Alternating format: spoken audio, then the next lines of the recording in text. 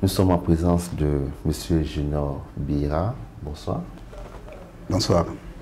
Alors, cette fois, le Cameroun sauve l'Afrique en difficulté dans le secteur de l'approvisionnement en essence et en pétrole.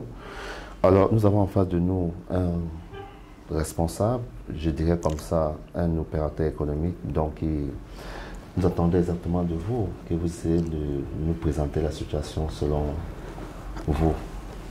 Ok, mais effectivement, on a eu une situation depuis une semaine qui a bouleversé vraiment la distribution des produits pétroliers dans l'ensemble du territoire.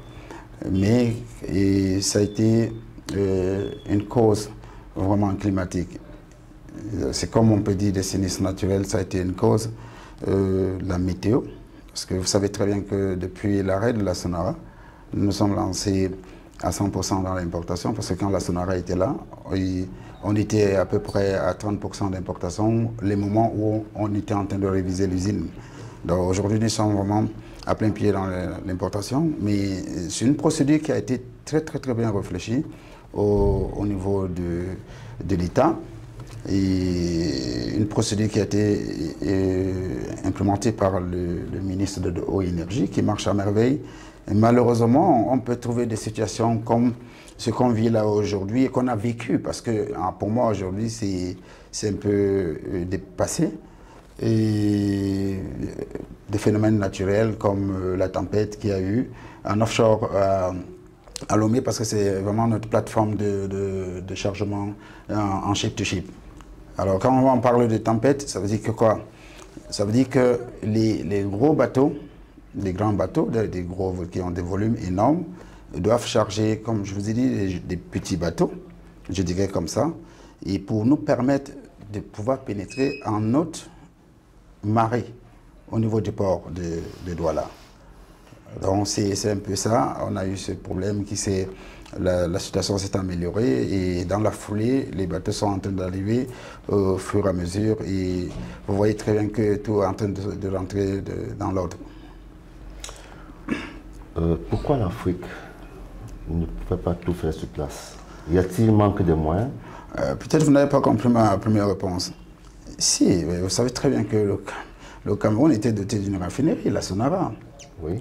Mais évidemment, je vous dis qu'on importait à 30% quand la Sonara était là, pendant les révisions des machines, de l'usine. Et aujourd'hui, la Sonara a eu un arrêt qui est d'ailleurs que l'État est en train de réfléchir très rapidement pour que ça se mette en place. Vous ne savez pas ce qui se passe en interne, mais je pense que d'ici quelques temps, la Sonara sera en place et on va diminuer ce genre de situation que nous avons eue. Sans sortir du Cameroun, l'on se rend compte qu'en dehors de la pénurie, il y a aussi un manque de stations dans certaines villes. Et il y a une politique vraiment mise sur place par le MINE qui favorise l'implantation des stations-service en zone rurale. Moi, par exemple, je suis distributeur et je suis importateur de produits pétroliers. Et moi, j'ai opté en réalité de pouvoir desservir, de pouvoir donner du carburant à des zones retirées. Chez nous, on appelle ça dans notre langage les zones rurales. Donc je pense que ce problème est en train de se remédier petit à petit. Et nous avons un grand territoire, le Cameroun, et le ministre s'y attelle sérieusement. Il met un point dessus pour que nous ne soyons pas étouffés dans des villes. Parce que ce qui se passe là en réalité, parce que des stations sont, les distributeurs, comme ça, les stations qui distribuent le carburant sont étouffées dans des villes, et parfois ça crée des embouteillages. C'est pas qu'il y a... Je vous rappelle déjà une chose. Nous avons une pénurie d'essence. Mais tous les autres produits, tels que le gazoil, le fuel 1500, le jet, et tout est en place. La preuve, les avions, quand ils arrivent, s'ils doivent consommer pour repartir, ils repartent sans problème. Les avions ne se plaignent pas que non, je n'ai pas mon carburant qui va avec l'avion. La preuve, les transporteurs comme des bateaux, hein, quand ils transitent, les bateaux transitent ici et consomment normalement leurs produits et ils s'en vont. C'est juste l'essence qu'on a eu, juste une petite pénurie d'une semaine. Je comprends vraiment le désarroi, mais si vous êtes là, vous n'allez jamais être contre la nature. N'allez jamais être contre la nature. Nos amis mototaximans, sans oublier des fonctionnaires, pour certains dans la rue disent qu'il n'y aura plus de gaz, il n'y aura plus d'essence. Ben, à date où je suis en train de parler aujourd'hui, je ne pense pas qu'il n'y ait plus d'essence. Parce que moi, personnellement, je vous le dis, je viens de faire le plein dans ma voiture. Et ma voiture consomme quand même 100 litres d'essence.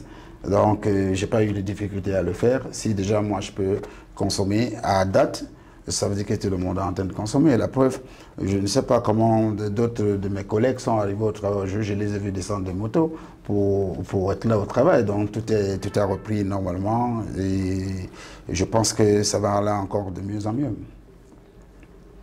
Alors, au sortir de cet entretien, j'aimerais bien que s'il y a des propositions à long terme, ou peut-être définitives selon vous, ce serait lesquelles? Alors, écoutez, dans le secteur, je vais vous expliquer. Nous avons ce qu'on appelle les stocks de sécurité. C'est ça qui nous amène à parler de pénurie. C'est pas qu'il y a manque total. Et ici, l'État a osé, ce qu'on a osé quand même pour satisfaire le peuple, pour satisfaire les institutions, à pouvoir nous aider un peu et que le Cameroun ne tombe pas en rupture complètement. Et on n'a pas eu une rupture, on a eu une pénurie. Donc, je pense que l'État a mis, il y a des canevas vraiment bien blindés et comme des stocks vraiment qu'on garde en cas de situation de pénurie. Je pense que c'est ça qu'on a pu essayer d'aider un tout petit peu pour que les gens puissent s'en sortir.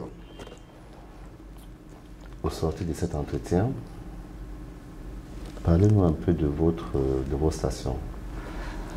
Quelles sont... alors, je vais vous dire, je me suis présenté comme un distributeur, c'est tout à fait normal.